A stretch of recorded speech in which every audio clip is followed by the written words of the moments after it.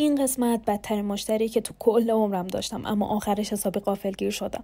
بچه‌ها قضیه از این قرار که یه خانومی برای روز تولدشون با 2 ساعت تأخیر و با یه حالت اخم و عصبانی اومدن و با یه حالت طلبکارانه بهم گفتن ببخشید دیر اومدم دیگه، شما به هر حال تایمتون اضافه اومده. منم چون مشتری بود و اینا سکوت کردم و گفتم بفرمایید بشینید تا کارتون رو شروع کنم. بچه‌ها چشاتون روز بد نبینه. هر کاری که میگفتن برعکسش رو انجام میداد. میگفتم تکون نخور، هی الکی وول میخورد. میگفتم میخوام برای روژ بزنم، لبتو کج نکن، هی الکی لبشو کج میکرد. آها تازه بمونه که کل تایم میکاپ دائم داشت با تلفن از صحبت میکرد و کلی منو اذیت کرد. دیگه منم هیچی نگفتم، سکوت کردم. میکاپش تموم شد، رفت جلو آینه خودش رو دید و باورتون میشه 1 دقیقه بدون که حرفی بزنه همینطوری سکوت کرده بود و منم تو دلم منتظر ریاکشنش بودم.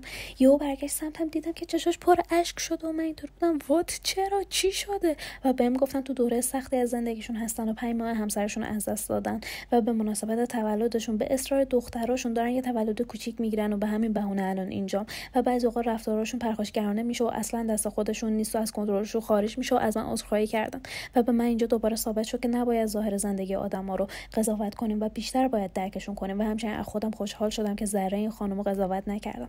همین دیگه. اگه هم شما یه همچین تجربه مشابهی مثل من دارین بهم بگین. دوستتون دارم. خدافظ.